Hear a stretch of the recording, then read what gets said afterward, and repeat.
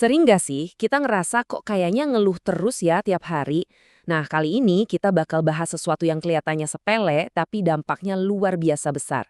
Rasa syukur. Kita akan lihat bareng-bareng gimana caranya cuma dengan ngubah cara pandang, hidup kita bisa ikut berubah. Yuk kita mulai. Dan ternyata ya, ngomongin soal syukur ini bukan cuma tren zaman sekarang aja loh. Ratusan tahun yang lalu, seorang William Shakespeare bahkan udah nulis doa kayak gini. Dia minta hati yang penuh dengan rasa syukur. Ini nunjukin kalau dari dulu sampai sekarang, rasa syukur itu emang jadi sesuatu yang penting banget buat manusia. Tapi, ya jujur aja deh, kalau lagi banyak tekanan, kerjaan numpuk, atau ada hal yang kita pengen tapi belum kesampaian, kayaknya lebih gampang ngeluh ya kan? Gampang banget kita kejebak di situ, kadang tanpa sadar. Nah, biar kita benar-benar paham seberapa kuatnya rasa syukur itu, ada satu cerita nih. Cerita yang sederhana banget, tapi maknanya dalam. Ini tentang gimana beberapa kata aja bisa mengubah segalanya, bahkan nasib seseorang. Coba deh bayangin, ada seorang bapak-bapak tunanetra duduk di pinggir jalan yang rame. Satu-satunya cara dia bicara ke orang-orang, ya lewat papan tulisan yang dia pegang. Tapi anehnya, walaupun banyak yang lewat, kayaknya pesan dia nggak nyampe, nggak banyak yang peduli. Dan tulisannya itu, ya simpel aja. Saya buta, tolong bantu. Lugas, jujur, nggak ada yang salah. Tapi kalimat ini cuma bikin orang kasihan sesaat. Nggak bener-bener nyentuh hati mereka. Sampai akhirnya, ada seorang pemuda yang berhenti. Dia nggak cuma ngasih uang, tapi dia melakukan sesuatu yang beda. Dia pinjam papan itu, terus dia ubah tulisannya. Kelihatannya sepele ya, tapi tindakan ini bakal mengubah semuanya. Dan ini dia perbedaannya, wow. Yang lama kan cuman bilang, saya buta, tolong bantu. Fokusnya ke kekurangan. Tapi yang baru, hari ini sangat indah tapi saya tidak bisa melihatnya. Ajaib kan?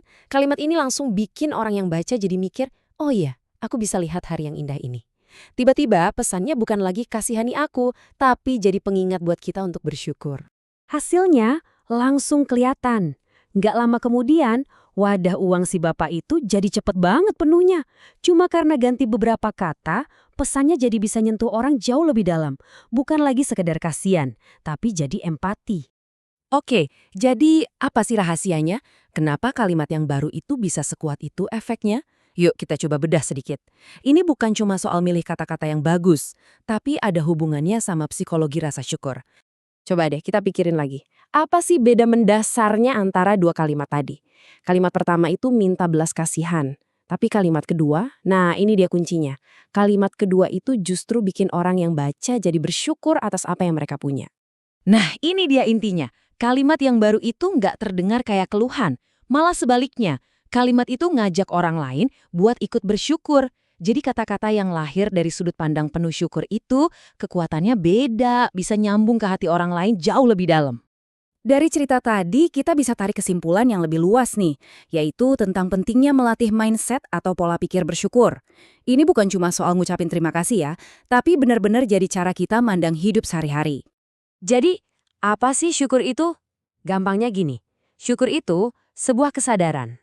Sadar dan mengakui semua nikmat yang kita terima. Entah itu besar atau kecil.